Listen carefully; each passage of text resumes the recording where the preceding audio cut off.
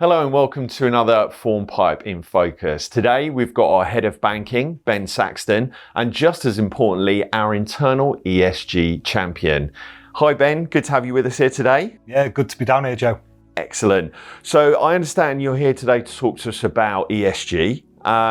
So can you tell us a little bit about the evolution of ESG? Sure, yeah. I mean, unfortunately, I'm old enough to remember the business world in the 90s. And back then, I don't know if you remember, there were things like green business certificates you could apply for, and then the more structured government scheme for investors and people, both of which were designed to show that companies were operating in the correct way. And then when I started my business career in earnest in the noughties, I'd often go into small to medium organisations and work with the MDs there, who would often sponsor such schemes within their business. And it was great that they did that, but they didn't really buy into it. They still saw it as maybe a badge or a certificate that the company could use to market themselves, to show that they were running themselves correctly. Now fast forward that to where we are in 2024, where ESG is an absolute central pillar of businesses and organisations. And the way that we now see this in every well-standing organisation is that they really buy into the way that the ESG programme is run.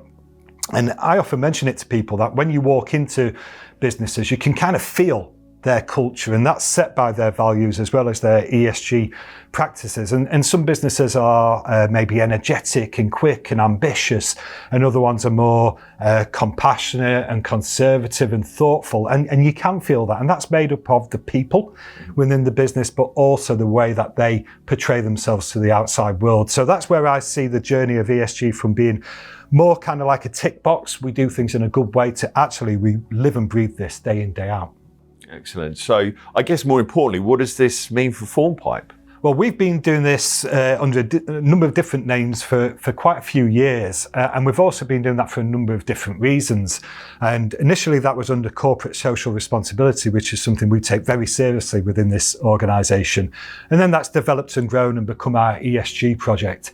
And we first undertook a full ESG assessment about 3 years ago. And what we found from that was just fascinating, to be honest. We scored really, really well on the E. There was a bit of room for improvement on our environmental score, but that was mostly due to some internal practices that we can control. Externally, Formpipe Cloud is built upon Microsoft Azure platform, so we benefit from all of the initiatives that they're running on, like net zero and rainfall capture and stuff like that. On the G, again, we scored very well. We're publicly listed on the Swedish NASDAQ, so we've got a lot of governance already in place. And as you know, we work in a number of different compliant industries, so a lot of our procedures and policies are there, alongside the ones that are required for the ISO 27001 accreditation. So the G is something that we've got pretty well nailed. What was really interesting was that we actually scored quite moderately for the S, which is crazy when you think about Formpipe and the kind of organisation that we are, the fact that we put the welfare of society and the well-being of digital society right at the forefront of what we do. You know, passion for people is one of our number one values as well. So we dug a little bit deeper into this, and actually we are doing things the right way. There's a lot of initiatives going on within the business, but we weren't documenting them. We weren't reporting them, and therefore we weren't able to talk externally about these great things that were happening. So we've taken a project on to improve that, and next time that we do the assessment and then benchmark as well, we'll be able to show an improvement on the S within our ESG. Excellent. So who does this benefit then? Well, I sit in a commercial team, I lead a commercial team, so ultimately it does benefit us in sales because it enables us to talk about our business in a very positive manner. And, you know, if you're buying subscription software or SaaS software, you're going into a long-term relationship for 10, 15, maybe 20 years with a supplier. So you do want to make sure that you're working with a business that you know is being run the correct way. So it does help my team to be able to explain who Formpipe are and really what we do believe in. It also helps us with talent. So we have people looking at joining Formpipe and they will go and do research on us.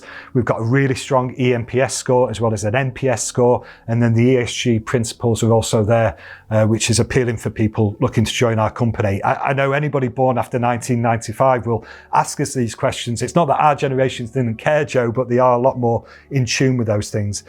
But then ultimately it's our clients. They'll be on their own ESG journey, they'll be doing their own assessments, and they will look at their supply chain and they'll be scored based on the people within that supply chain. So the fact that we've got a very strong ESG standing means that we can push that downstream to our clients. Thanks very much, Ben. That was really interesting. And thanks for being with us here today. Yeah, it's a pleasure. It's something close to my heart and very important for Formpipe. So I was happy to talk about this subject. Brilliant. And if anybody out there wants to find out more information about our ESG journey, please follow us on socials or check out our website for more updates. But until then, thank you very much for joining us. Goodbye.